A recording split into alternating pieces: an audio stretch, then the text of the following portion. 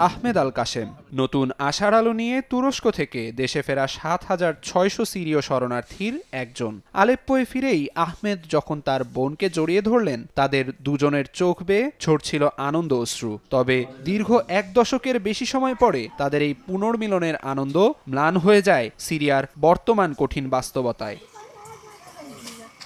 আলেপ্পোর বেশিরভাগ এলাকা এখনও ধ্বংসস্তূপ। ফলে দেশে ফিরলেও ঘরে আর ফেরা হয়নি হাজার হাজার সিরীয় শরণার্থীর। পরিবারের জন্য খাবার জোগাতে দীর্ঘ সময় লাইনে দাঁড়িয়ে থাকতে হচ্ছে তাদের। বিদ্যুৎ ও পানির তীব্র সংকট এবং ন্যূনতম সুযোগ সুবিধার অভাব তাদের জীবনকে করছে দুর্বিষহ। তবে এত কিছুর পরও দেশে ফিরতে পেরে খুশি তারা।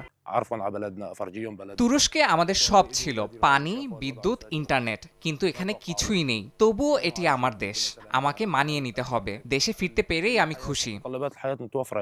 দীর্ঘ ১৪ বছর ধরে চলা গৃহযুদ্ধের কারণে চরম বিপর্যয়ের মুখে সিরিয়ার অর্থনীতি। দেখা দিয়েছে নগদ টাকার তীব্র সংকট। ব্যাংক এবং এটিএম বুথে দীর্ঘক্ষণ লাইনে দাঁড়িয়েও মিলছে না টাকা। অর্থাভাবে কঠিন সময় পার করছেন তারা। চরম এই অর্থনৈতিক সংকটের জন্য দীর্ঘমেয়াদী যুদ্ধ ও পাশ্চাত্যের কঠোর নিষেধাজ্ঞাকেই দায়ী করছেন সংশ্লিষ্টরা। তবে সংকট থেকে উত্তরণে বেতন ও সুযোগ সুবিধা বাড়ানোর প্রতিশ্রুতি বিদ্রোহীদের। দ্রুত এই সংকট কাটিয়ে ওঠার প্রত্যাশা তাদের।